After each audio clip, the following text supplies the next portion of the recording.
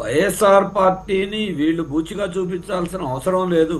Okay. YSR పార్టీని ప్రజలే okay. ఆ పాలన యొక్క విషయాన్ని గమనించి, లోపాలను గమనించి ఎస్.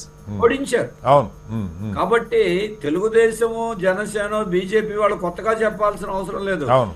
జనమే ఈ పార్టీలకు చెప్పారు. అవును. కానీ బాధాకరం ఏంటంటే అత్యధిక భాగం వాళ్ళ విధానాల బాటలోనే ఈ ప్రభుత్వం కూడా నడుస్తూ ఉంది. ఓకే. అది దీంట్లో ఉన్నటువంటి సమస్య. ఓకే. ఏ విషయంలో అయితే అక్కడ ఉన్న గత ప్రభుత్వాన్ని ప్రజలు వ్యతిరేకించారో దాన్ని వీళ్ళు కొనసాగిస్తా ఉన్నారు. అదే రకమైనటువంటి విధానాలు, కొన్నిట్లో తేడాలు ఉండొచ్చు. ఓకే. అది అందుకే ప్రజలు ఈ సంవత్సర పాలనలో వాళ్ళు ఆశించిన మేరకు ఇక్కడ హామీలు అమలు జరగలేదు, అభివృద్ధి జరగలేదు, సంక్షేమం జరగలేదు అనేటువంటిది స్థూలంగా ప్రజల అభిప్రాయం.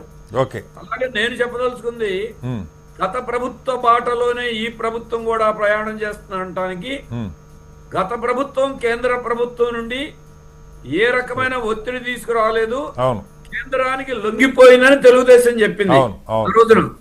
మరి వీళ్ళు ఏం చేస్తున్నారు? వాళ్ళు లొంగిపోయారు, వీళ్ళు భజన చేస్తున్నారు. ఓకే. ఓకే. దీనికి రాష్ట్రానికి జరిగినటువంటి ఎక్కడ మీరు వాళ్ళు చేయలేకపోయింది మేము సాధిస్తున్నాం, కేంద్రంతో ఒత్తిడి తెస్తున్నాం, అది లేదు. ఇక రెండో విషయం, అభివృద్ధి విషయంలో మిగతా విషయాల్లో ఈరోజు చూస్తే అప్పుడు బాగా పెద్ద స్లోగన్ ఏంటంటే బాధుడే బాధుడు. అవును. అవును. ఇప్పుడేమైంది? బాధుడు జగన్మోహన్ రెడ్డి గారు బాధుడు పోయి ఇప్పుడు ఉమ్మడి బాధుడు, కూటమి బాధుడు. మీరు విద్యుత్ ఛార్జీలు, కరెంటు చూశారు, 5 ఏళ్లలో 32,000 కోట్లు పెంచారన్నారు.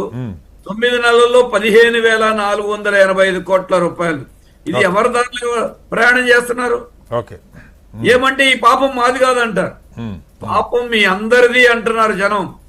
గతం వైసీపీ, ఇప్పుడున్న టీడీపీ, జనసేన, బీజేపీ. అలాగే ఇంటి పన్నులు ఆస్తి విలువ ఆధారిత పన్ను విధానం అని గతంలో కేంద్రం ఆదేశిస్తే జగన్మోహన్ రెడ్డి గారు సంతకం పెట్టారు. మేము రాగానే వాటిని సమీక్షిస్తామన్నారు. ప్రతి సంవత్సరం ఇంటి పన్ను 15% పెంచుకెళ్ళిపోతున్నారు. రిజిస్ట్రేషన్ ఛార్జీలు పెంచారు. ఇంకా బాధుడు ఆగింది ఎక్కడ? బాధుడులో వారి దారిలోనే మీరు ప్రయాణం చేస్తా ఉన్నారు. అలా